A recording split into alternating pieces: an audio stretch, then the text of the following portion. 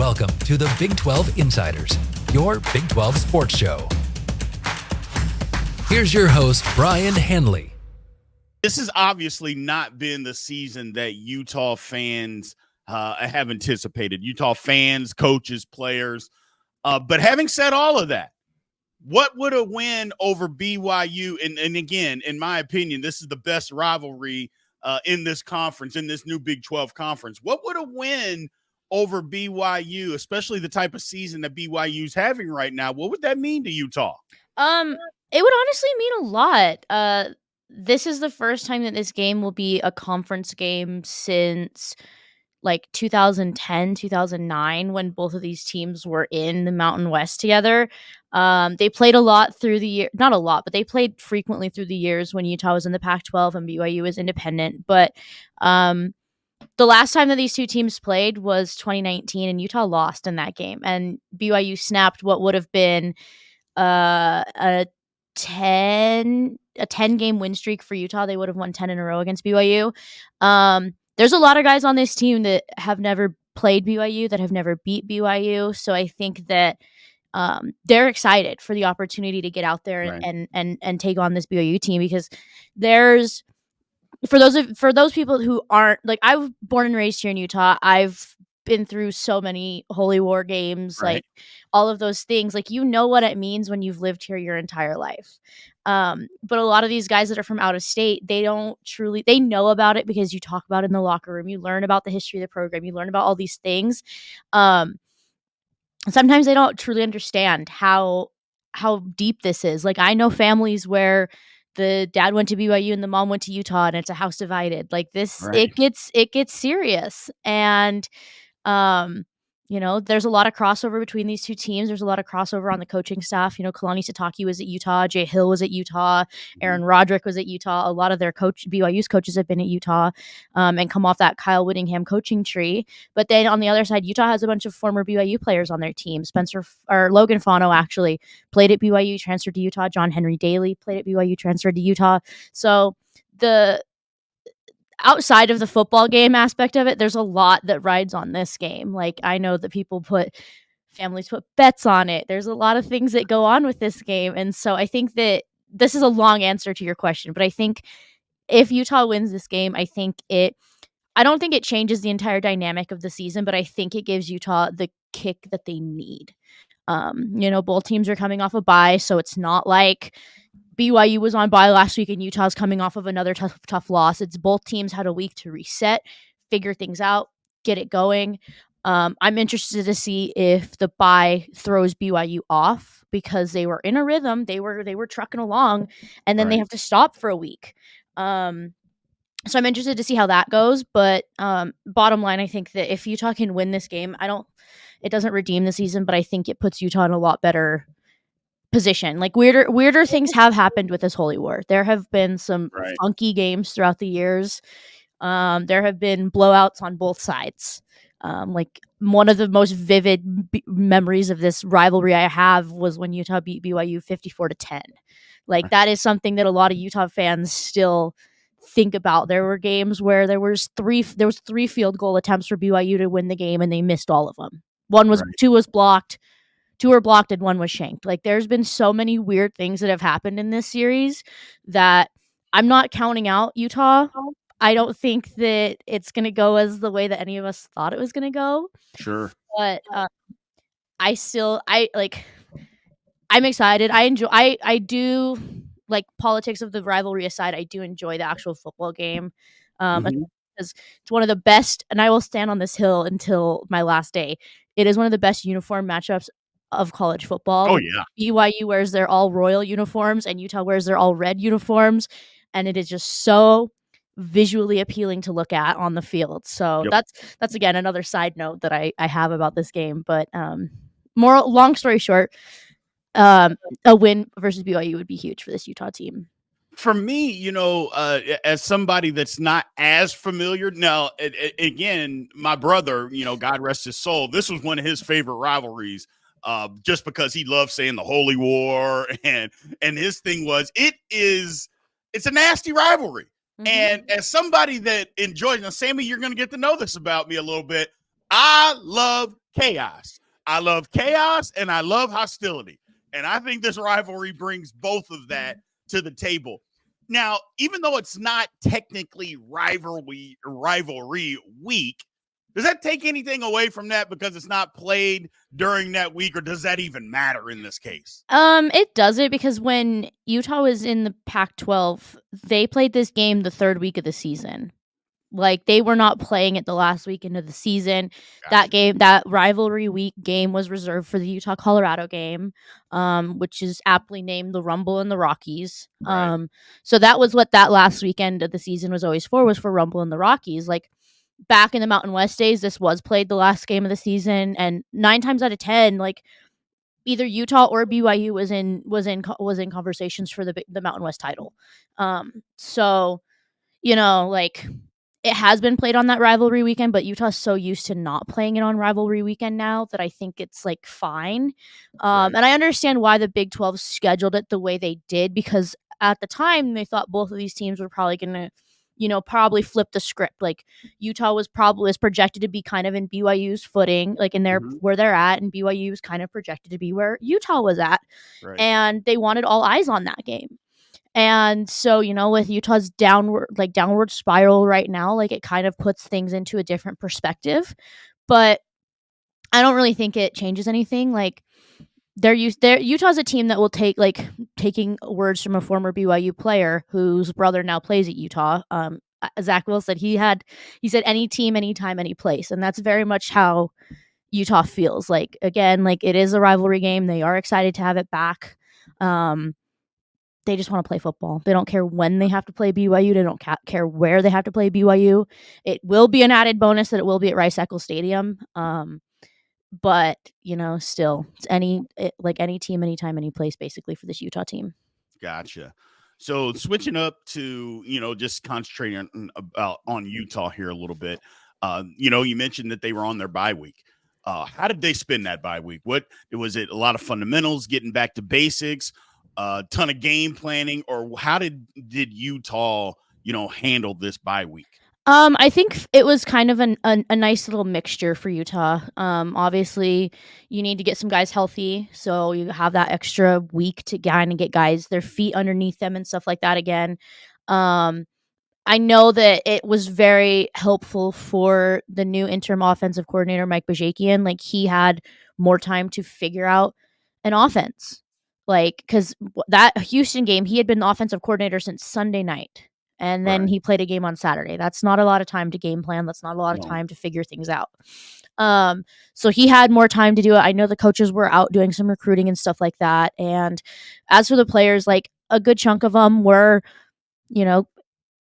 watching film, getting things ready. Some were getting healthy. So it's kind of like a person to person basis with Utah, especially knowing, because we only had one media availability during the bye week, and all we got to talk to was Kyle Whittingham. So we didn't really get to see a lot last week.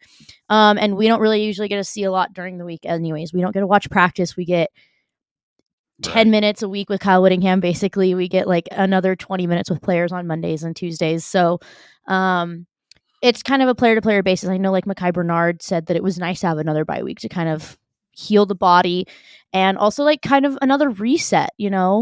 October was very unfun for Utah. It was very, very hard. And so I think having that bye week kind of put them in a position where, okay, we're going to clear our mind. What happened in October happened in October. We're now in November. Let's figure this out. And let's see if we can right this ship, because Utah needs 2 wins to make bowl eligibility.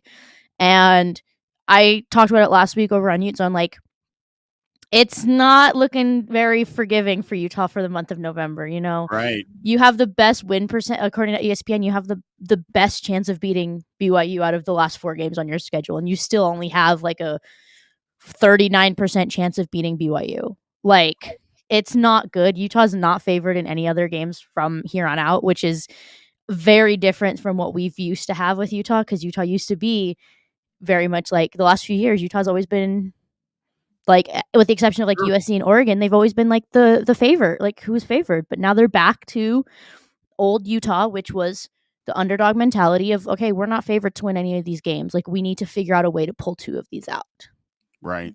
Yeah, you looking at the schedule, BYU, Colorado, Iowa State, and UCF. I mean, It's it's not tough. forgiving. It's not No, forgiving at all. it is not. Not the easiest end of the year slate. Uh, and then speaking of that, there's started to be some whispers, and I don't know if any of this is true or not, but there started to be some whispers inside the Utah, supposedly inside the Utah locker room. Let's just say that things weren't going great. Obviously, the team is not playing well, so that's something that we can see from the outside. But is there any truth to any of these rumors out there that, things aren't going great inside the locker room? That's something that we're not really used to with the Utah football program. Honestly, like, I haven't heard anything, but at the end of the day, like, Utah is notoriously known for being a like locked program. Like, Sure. no one talks, and even you got players using coach speak, so it's very like that. If there was issues in the locker room, like, Utah's very good about addressing them internally and all those things, but Right. I can't comment on those because I haven't heard confirmation either way. I haven't heard that there has been stuff, and I haven't heard if there hasn't been stuff, just because of how Whittingham runs his program and how Utah handles things. Right. It's all handled internally in-house. It's not handled anywhere else. Is there any truth to Kyle Whittingham stepping down after this season? We know he's got the coach in waiting, but is it, hey, this is going to be his last year? Had it always planned on being his last year? Or is this it basically the way that the season's going? I would think that a guy like him, who I don't really, obviously I don't know him, but I know of him, and he seems like a tough, gritty, type of a guy that he's not going to want to go out with the season that they're currently having. Now, obviously, things could change because, again, there's still a lot of football left. But let's just say it doesn't go the way that it's planned. Is this his last year? I just find it hard to believe, Sammy, that he would want to step away, regardless of the circumstances, that he would want to step away after a season like this. Well, the thing is so he only has 2 more years left on his contract, and he already said that that's the last contract he's going to sign. And reinstating Morgan Scally as the coach in waiting, like, that was something that fans were kind of split on. Some were happy that he finally got it back after losing it in 2020, and some were kind of like still upset that he got it back. But it's, again, like, it's so, like, the read is, like, if I had to pull out a crystal ball or, like, a magic 8 ball, it would say, like, try again later. Because, like, Right. like, I can see both sides of it. I can see Kyle being like, okay, like, it's time to step away now. Like, he's already said he doesn't want to be coaching into his 70s. Like, I can see that possibly, like, I can see it going that direction of him being like, okay, like, now it's time to hang it up. But I can also see him playing out the rest of his contract. I think there's some, like, and, like, Kyle has adapted to college football as best as he possibly can. With the changes like NIL, transfer portal, stuff like that, he's adapted what he can that still works for the Utah system. But it's going to get to at some point there's going to be a tipping point. And I think that whether the tipping point is this season, or if the results of this season lead into possibly next season, and next season's a tipping point, I do think that, like, we're getting towards the end of the Kyle Whittingham era, just because, like, it's Utah's getting predictable, which I hate saying, but it's getting to that point. And as someone, like I said, I've lived here my entire life. I've been going to Utah football games and been involved in the program since I was like 2, basically. Right. He's basically he's the only coach I truly consciously remember. And so it's like he has such a power and such a reverence within the program. And if this season continues to go on the trajectory that it is, and Utah ends on like an 8-game losing streak, let's say, which I hope they do not. I hope they can at least squeak out like 2 more, maybe. Right. Like, I think that Whit is very aware of what he needs to do, and I think he knows that there's going to be a point where it's best for the program as a whole for him to step away. Gotcha. And so basically, again, I don't know. Like I said, with the whole like locker room stuff, like everyone's so tight-lipped up there. But my read on things is Witt is very aware of of where this program is at, and if it gets to a point where he's dragging the program down, he's well aware of when that's time to hang up. Like when it's time to be like, okay, it's time to move on. Whether it's the end of the season, whether it's 2 years from now, whether it's somehow he miraculously decides to sign another extension and it's 4 years from now or whatever, however long it is, which if I was a betting woman, I would not put money on him signing another contract because I know for a fact that would not happen. Right.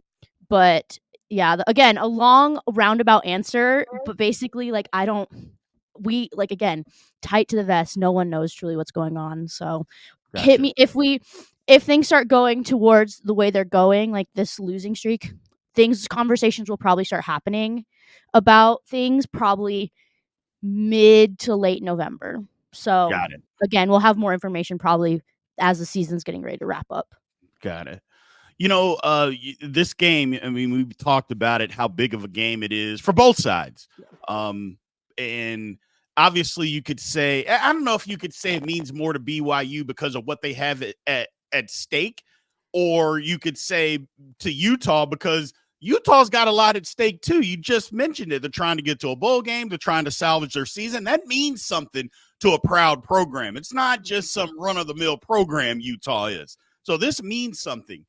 What do they have to do to win this football game?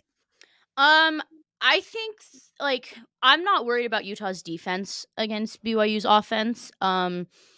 Utah's defense has been one of the only good parts about this team so far this season, which should not be a shock to anyone considering how great of a defensive coordinator Morgan Scalley is and just the level of guys they have on that defense, especially the level of guys who elected to come back. I'm not worried about the defense. I think the Utah defense can handle themselves and kind of, you're not going to fully be able to stop BYU, but you can limit them as much as you possibly can.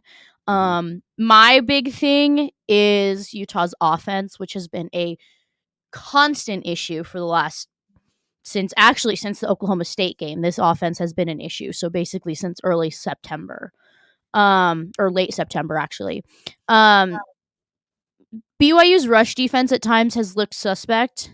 And I think that Mekhi Bernard, Mike Mitchell, Dijon Stanley, and Jalen Glover, who returned to action on last Saturday versus Houston, I think they have an opportunity to maybe make an impact on this game. But Utah now has a quarterback controversy on their hands again, because you don't know if Brandon Rose is going to start or if Isaac Wilson's going to start. And so, Brandon has been in the program for a little bit longer than Isaac, so he probably has better of a grasp of things and things are not going as fast for him. But also, that Houston game was Brandon's first live reps of his career at Utah. Up until that point, we had only seen him in spring games against the Utah defense, especially against the Utah 2 and 3 defense. So,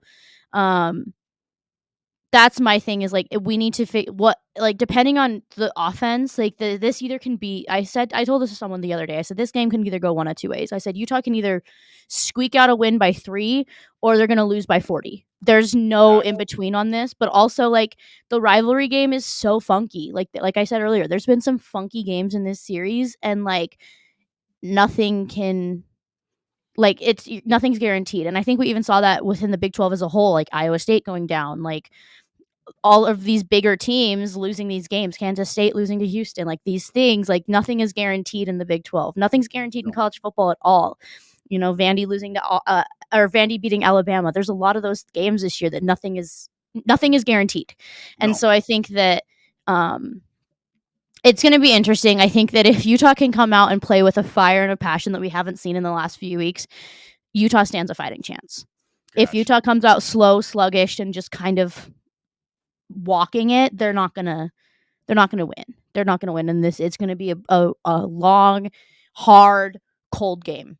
An 8:15 kickoff in November in Salt Lake City, like that's cold. That's like I think like it's supposed to be like in the low 30s, like or high 20s at time of kickoff probably. Like it's not gonna go well. So, it's just it's hard. Like, I didn't think I would be talking about Utah being on a 4-game losing streak by the time we got to this game. So, Yeah, it's difficult, but you know what? I've always said this: college football, and you kind of mentioned it. College football is crazy. This year is no different. I think this year is even more crazy, especially in the Big Mhm. 12. So anything can happen. It's a rivalry game. Two proud programs. Can't wait for this one to kick off, Sammy. So I appreciate you taking the time to give us today. We really do appreciate it, and we will talk to you soon. We'll be right back on the other side of this. We will have Mitch Harper talking about the BYU side of this crazy holy war.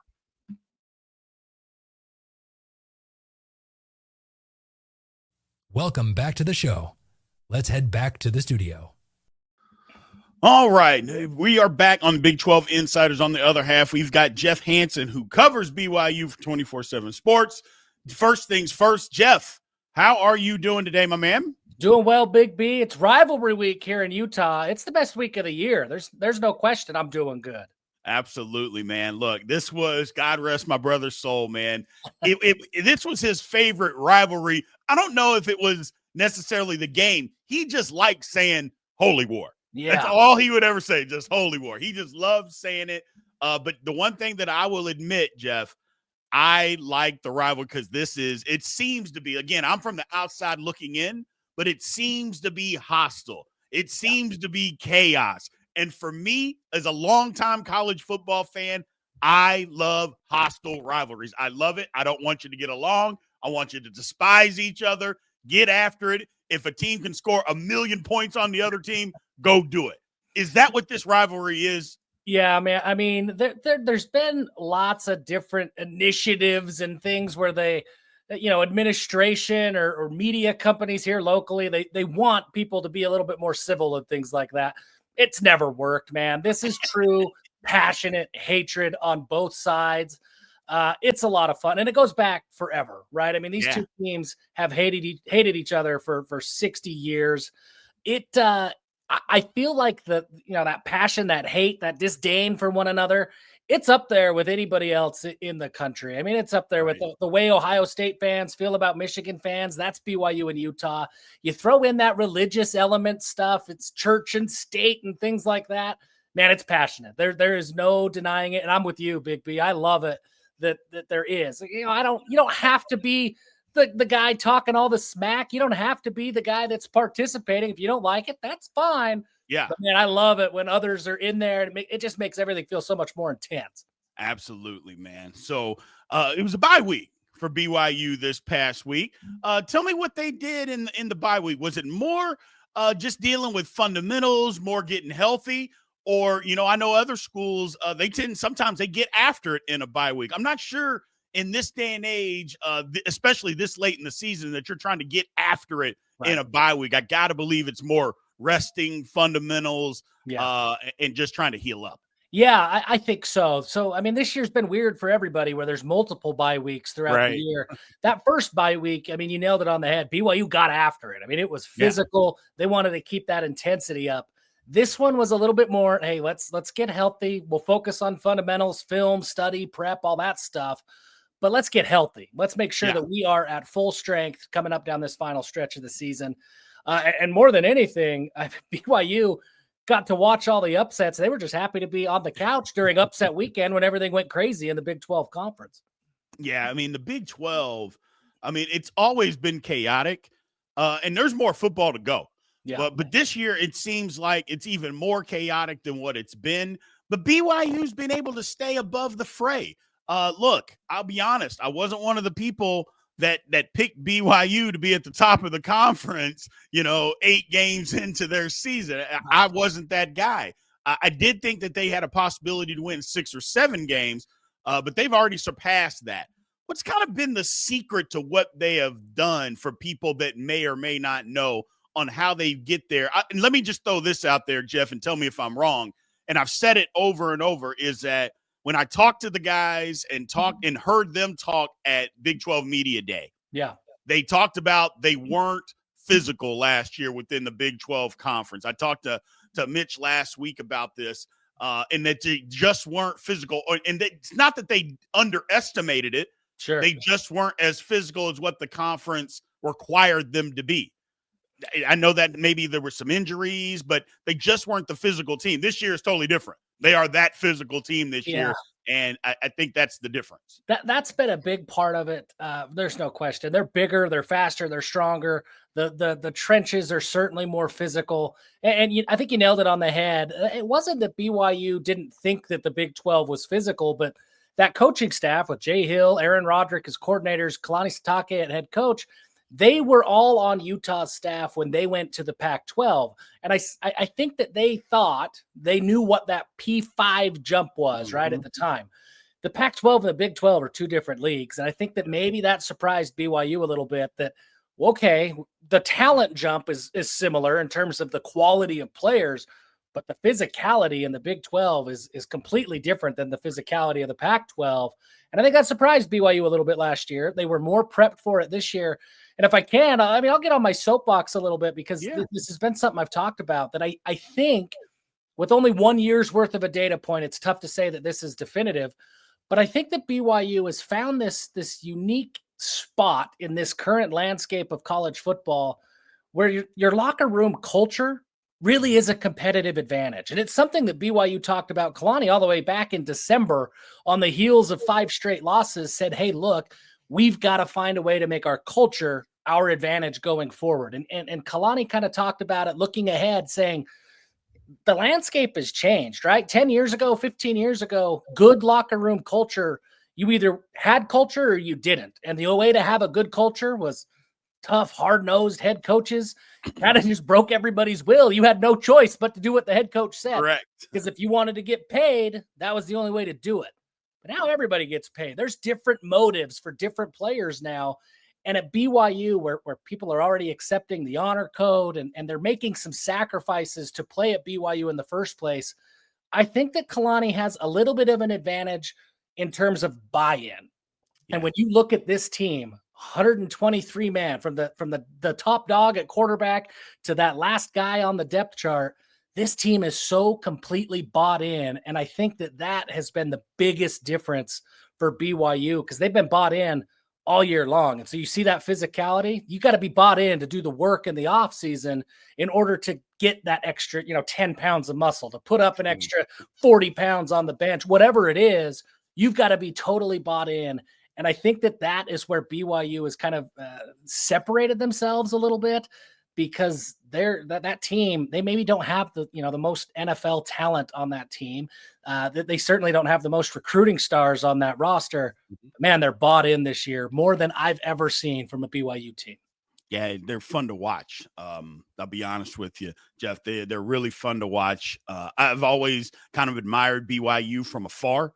And it's good to be able to see them in the conference. Like I mentioned before on several different podcasts, I thought BYU was the perfect fit to come in this conference because you talk about culture. They fit in there. It's a program where, like you mentioned, you're not going to get a bunch of 4 and 5 stars running around campus, but you have to develop guys. Right. And that's what this conference is now. With Texas and OU leaving, it's basically a conference of developmental guys. Transfer portal will be a big thing. But that's just what it is. I think BYU is the perfect fit. Getting back to this football game.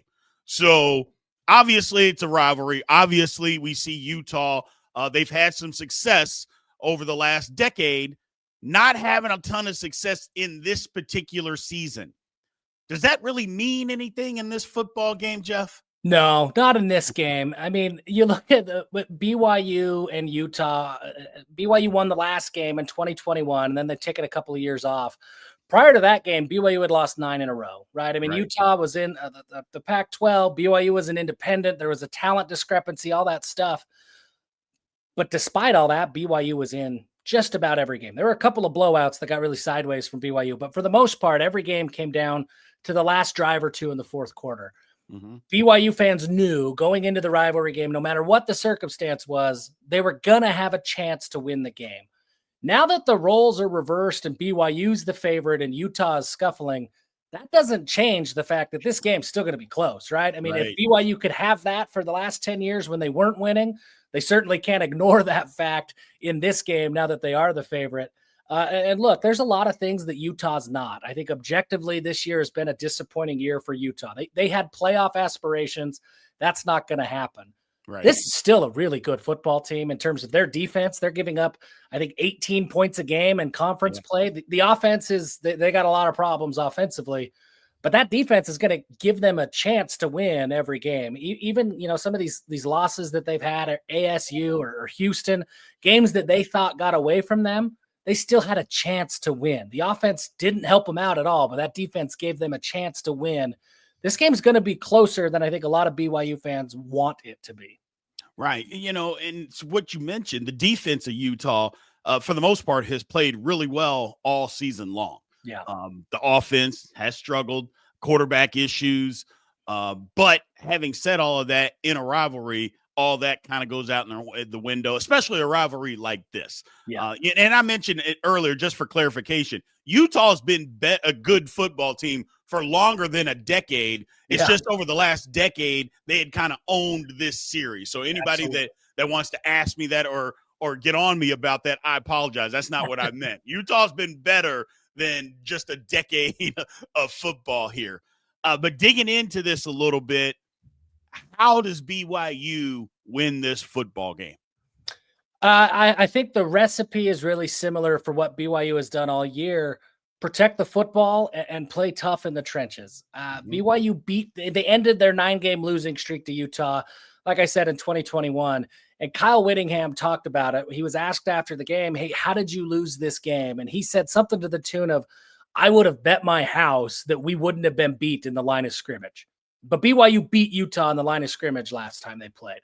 That's going to be the recipe. No matter who you are, when you play against a Kyle Whittingham coach team, if you can win at the line of scrimmage, you're going to have a chance. That's just the way that those teams are wired, but they're so good up front that it makes it really tough to do. So I think that's what BYU's got to do. They got to win up front, and then they just got to protect the football. Look, when you have an offense like Utah has this year, that, hey, if they score 20 points, that's a big win for that offense right now. Yeah.